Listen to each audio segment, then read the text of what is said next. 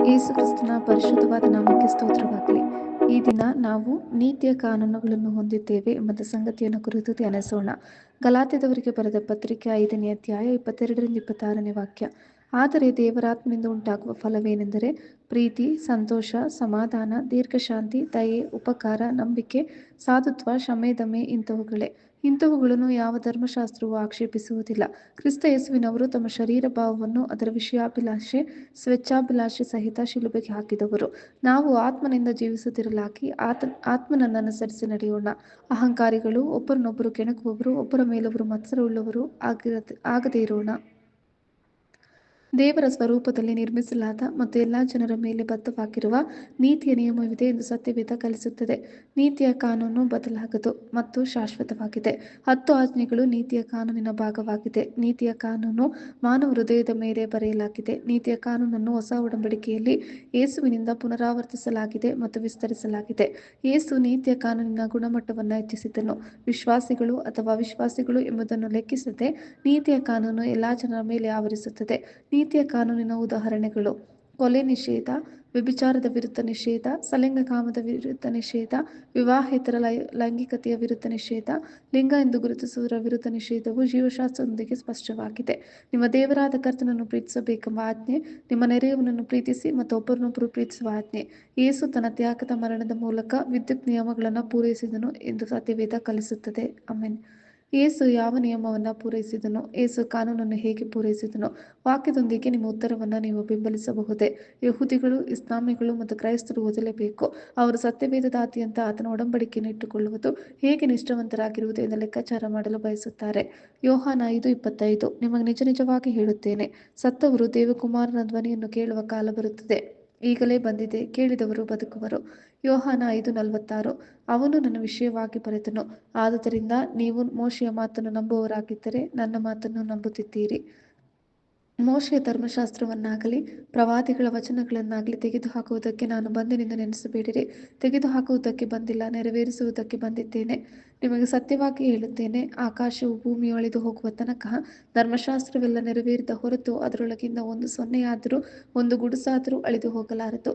ಸತ್ಯವೆಂದರೆ ಮೆಸ್ಸಿಯನು ಬಂದಿದ್ದಾನೆ, ಯೇಸು ಕ್ರಿಸ್ತನೇ ಮೆಸ್ಸಿಯ, ಮತ್ತು ಆದ್ದರಿಂದ ಆತನು ಬರಲಿಲ್ಲವಾದರೂ ನಮ್ಮ ಜೀವನಕ್ಕೆ ಒಳ್ಳೆಯ ಒಡಂಬಡಿಕೆ ಕಾನೂನುಗಳನ್ನು ಸರಳವಾಗಿ ಸರಿಹೊಂದಿಸಲು ನಾವು ಧೈರ್ಯ ಮಾಡುವುದಿಲ್ಲ. ಈ ಅತ್ಯಂತ ವಿಶೇಷ ರಕ್ಷಣೆಯನ್ನು ನಾವು ಅಲಕ್ಷ್ಯ ಮಾಡಿದರೆ ತಪ್ಪಿಸಿಕೊಳ್ಳುವುದು ಹೇಗೆ? ಇದು ಕರ್ತನಿಂದ ಮೊದಲು ಹೇಳಲ್ಪಟ್ಟಿತು. ಆತನಿಂದ ಕೇಳಿದವರು ಇದನ್ನು ನಮಗೆ ಸ್ಥಿರಪಡಿಸಿದರು. ಕ್ರಿಸ್ತನು ತನ್ನ ಮರಣ ಮತ್ತು ಆತನ ಆಂತರಿಕ ಆತ್ಮನ ಮೂಲಕ ದೇವರೊಂದಿಗೆ ನಮ್ಮ ಸಂಬಂಧವನ್ನು ಹೊಸ ನೆಲೆಯಲ್ಲಿರಿಸಿದ್ದಾನೆ.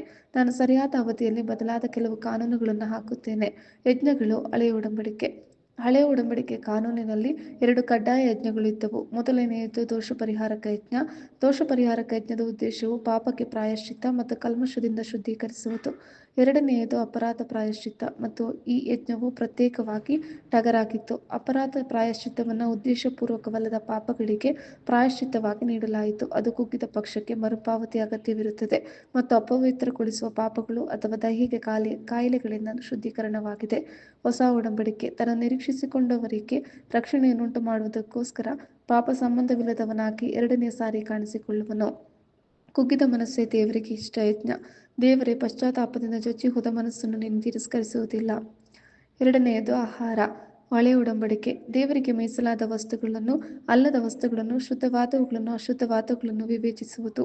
ಹೊಸ ಒಡಂಬಡಿಕೆ ಬಾಯೊಳಕ್ಕೆ ಹೋಗುವಂಥದ್ದು ಮನುಷ್ಯನನ್ನು ಹೊಲೆ ಮಾಡುವುದಿಲ್ಲ, ಬಾಯೊಳಗಿನಿಂದ ಹೊರಡುವಂಥದ್ದೇ ಮನುಷ್ಯನನ್ನು ಹೊಲೆ ಮಾಡುವುದು ಎಂದು ಹೇಳಿದನು. ಮತ್ತಾಯ 15:11. ಇದನ್ನು ಹೇಳುತ್ತಾ ಯೇಸು ಎಲ್ಲ ಆಹಾರಗಳನ್ನು ಶುದ್ಧವೆಂದು ಘೋಷಿಸಿದನು. ಮೂರನೆಯದು ಪವಿತ್ರ ಸಬ್ಬತ್ತಿನ. ಹಳೆಯ ಒಡಂಬಡಿಕೆ ಸಬ್ಬತ್ತಿನವನ್ನು ದೇವರ ದಿನವೆಂದು ಆಚರಣೆಗೆ ತರುವುದಕ್ಕೆ ಜ್ಞಾಪಕದಲ್ಲಿಟ್ಟುಕೊಳ್ಳಬೇಕು. 6 ದಿವಸಗಳಲ್ಲಿ ನೀನು ದುಡಿದು ನಿನ್ನ ಕೆಲಸವನ್ನೆಲ್ಲ ಮಾಡಬೇಕು. 7ನೆಯ ದಿನವು ನಿನ್ನ ದೇವರಾದ ಯೆಹೋವನಿಗೆ ಮೀಸಲಾದ ವಿಶ್ರಾಂತಿ ದಿನವಾಗಿದೆ. ಅದರಲ್ಲಿ ನೀನು ಯಾವ ಕೆಲಸವನ್ನೂ ಮಾಡಬಾರದು. ಹೊಸ ಒಡಂಬಡಿಕೆ ಆತನು ಅಲ್ಲಿಂದ ಹೊರಟು ಸಭಾಮಂದಿರಕ್ಕೆ ಹೋದಾಗ ಅಲ್ಲಿ ಕೈಬತ್ತಿದವನೊಬ್ಬನಿದ್ದನು. ಆಗ ಅವರು ಆತನ ಮೇಲೆ ತಪ್ಪು ಹೊರಿಸಬೇಕೆಂದು ಆತನನ್ನು ಸಬ್ಬತ್ತಿನದಲ್ಲಿ ಸ್ವಸ್ಥ ಮಾಡುವುದು ಸರಿಯೋ ಎಂದು ಕೇಳಿದರು. ಅದಕ್ಕಾತನು, ನಿಮ್ಮಲ್ಲಿ ಯಾರಿಗಾದರೂ ಒಂದೇ ಒಂದು ಕುರಿ ಇದ್ದು ಅದು ಸಬ್ಬತ್ತಿನದಲ್ಲಿ ಕುಣಿಯೊಳಗೆ ಬಿದ್ದರೆ ಅವನು ಅದನ್ನು ಹಿಡಿದು ಮೇಲಕ್ಕೆ ತೆಗೆಯದೇ ಇರುವನೇ? ಆಮೆನ್. ತ್ರಯೇಕತ್ವ. ಹಳೆಯ ಒಡಂಬಡಿಕೆ. ನಾನಲ್ಲದೆ ನಿನಗೆ ಬೇರೆ ದೇವರುಗಳು ಇರಬಾರದು. ಹೊಸ ಒಡಂಬಡಿಕೆ. ಯೇಸು ಅವನಿಗೆ, ನಾನೇ ಮಾರ್ಗವೂ ಸತ್ಯವೂ ಜೀವವೂ ಆಗಿದ್ದೇನೆ. ನನ್ನ ಮೂಲಕ ಹೊರತು ಯಾರೂ ತಂದೆಯ ಬಳಿಗೆ ಬರುವುದಿಲ್ಲ. ಆದರೆ ದೇವರಾತ್ಮನಿಂದ ಉಂಟಾಗುವ ಫಲವೇನೆಂದರೆ ಪ್ರೀತಿ, ಸಂತೋಷ, ಸಮಾಧಾನ, ದೀರ್ಘಶಾಂತಿ, ದಯೆ, ಉಪಕಾರ, ನಂಬಿಕೆ, ಸಾಧುತ್ವ, ಕ್ಷಮೆ, ದಮೆ ಇಂಥವುಗಳೇ. ಇಂಥವುಗಳನ್ನು ಯಾವ ಧರ್ಮಶಾಸ್ತ್ರವೂ ಆಕ್ಷೇಪಿಸುವುದಿಲ್ಲ. 5ನೇಯದು ವ್ಯಭಿಚಾರ. ಹಳೆಯ ಒಡಂಬಡಿಕೆ. ವ್ಯಭಿಚಾರ ಮಾಡಬಾರದು. ಹೊಸ ಒಡಂಬಡಿಕೆ. ವ್ಯಭಿಚಾರ ಮಾಡಬಾರದೆಂದು ಹೇಳಿಯದೆ ಎಂಬುದಾಗಿ ನೀವು ಕೇಳಿದ್ದೀರಷ್ಟೇ. ಆದರೆ ನಾನು ನಿಮಗೆ ಹೇಳುವುದೇನೆಂದರೆ, ಪರಸ್ತ್ರೀಯನ್ನು ನೋಡಿ ಮೋಹಿಸುವ ಪ್ರತಿ ಮನುಷ್ಯನು ಆಗಲೇ ತನ್ನ ಮನಸ್ಸಿನಲ್ಲಿ ಆಕೆ ಕೂಡ ವ್ಯಭಿಚಾರ ಮಾಡಿದವನಾದನು. ಇದರರ್ಥ ಪುರುಷ ಮತ್ತು ಸ್ತ್ರೀ ಪರಸ್ಪರ ನಂಬಿಗಸ್ತರಾಗಿರಬೇಕು. 6ನೇಯದು ಕೊಲೆ. ಹಳೆಯ ಒಡಂಬಡಿಕೆ. ನರಹತ್ಯೆ ಮಾಡಬಾರದು. ಹೊಸ ಒಡಂಬಡಿಕೆ. ಕೋಪವು ಕೊಲೆಗೆ ಕಾರಣವಾಗುತ್ತದೆ ಎಂದು ಯೇಸು ಹೇಳಿದ್ದಾನೆ. ಆದ ಕಾರಣ ನೀನು ನಿನ್ನ ಕಾಣಿಕೆಯನ್ನು ಯಜ್ಞವೇದಿಯ ಹತ್ತಿರಕ್ಕೆ ತಂದಾಗ ನಿನ್ನ ಸಹೋದರನ ಮನಸ್ಸಿನಲ್ಲಿ ನಿನ್ನ ಮೇಲೆ ಏನೋ ವಿರೋಧವದೆ ಎಂಬುದು ನಿನ್ನ ನೆನಪಿಗೆ ಬಂದರೆ ನಿನ್ನ ಕಾಣಿಕೆಯನ್ನು ಆ ಯಜ್ಞವೇದಿಯ ಮುಂದೆಯೇ ಬಿಟ್ಟು ಹೋಗಿ ಮೊದಲು ನಿನ್ನ ಸಹೋದರನ ಸಂಗಡ ಒಂದಾಕು, ಆಮೇಲೆ ಬಂದು ನಿನ್ನ ಕಾಣಿಕೆಯನ್ನು ಕೊಡು. ಧಾರ್ಮಿಕ ಶುದ್ಧತೆ. ಹಳೆಯ ಒಡಂಬಡಿಕೆ. ಕುರಿಯನ್ನು ಕೊಡುವುದಕ್ಕೆ ಗತಿಯಿಲ್ಲದಿದ್ದರೆ 2 ಬೆಳವಕ್ಕಿಗಳನ್ನಾಗಲಿ 2 ಪಾರಿವಾಳದ ಮರಿಗಳನ್ನಾಗಲಿ ತಂದು ಸರ್ವಾಂಗ ಹೋಮಕ್ಕಾಗಿ ಒಂದನ್ನು ದೋಷ ಪರಿಹಾರಕ್ಕಾಗಿ ಒಂದನ್ನು ಸಮರ್ಪಿಸಬೇಕು. ಯಾಜಕನು ಅವಳಿಗೋಸ್ಕರ ದೋಷ ಪರಿಹಾರಕವನ್ನು ಮಾಡಿದಾಗ ಶುದ್ಧಳಾಗುವಳು.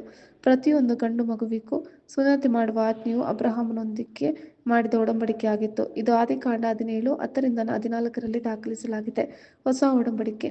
ಆದರೆ ಆತನು ಬೆಳಕಿನಲ್ಲಿರುವಂತೆಯೇ ನಾವು ಬೆಳಕಿನಲ್ಲಿ ನಡೆದರೆ ನಾವು ಒಬ್ಬರ ಸಂಗಡಲೊಬ್ಬರು ಅನ್ಯೋನ್ಯತೆಯಲ್ಲಿದ್ದೇವೆ ಮತ್ತು ಆತನ ಮಗನಾದ ಯೇಸುವಿನ ರಕ್ತವು ಸಕಲ ಪಾಪವನ್ನು ನಿವಾರಣೆ ಮಾಡಿ ನಮ್ಮನ್ನು ಶುದ್ಧಿ ಮಾಡುತ್ತದೆ. ಮರಣವು ಇನ್ನು ಆತನನ್ನು ಆಳುವುದಿಲ್ಲವೆಂದು ನಮಗೆ ತಿಳಿದಿದೆ. ಆತನು ಸತ್ತದ್ದು ಒಂದೇ ಸಾರಿ, ಅದು ಪಾಪದ ಪಾಲಿಗೆ. ಆತನು ಜೀವಿಸುವುದು ದೇವರಿಗಾಗಿಯೇ. ಆಮೆನ್.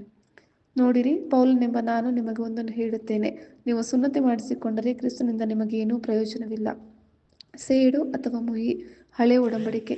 ಬೇರೆ ಹಾನಿಯಾದ ಪಕ್ಷಕ್ಕೆ ಪ್ರಾಣಕ್ಕೆ ಪ್ರತಿಯಾಗಿ ಪ್ರಾಣವನ್ನು ಕೊಡಿಸಬೇಕು.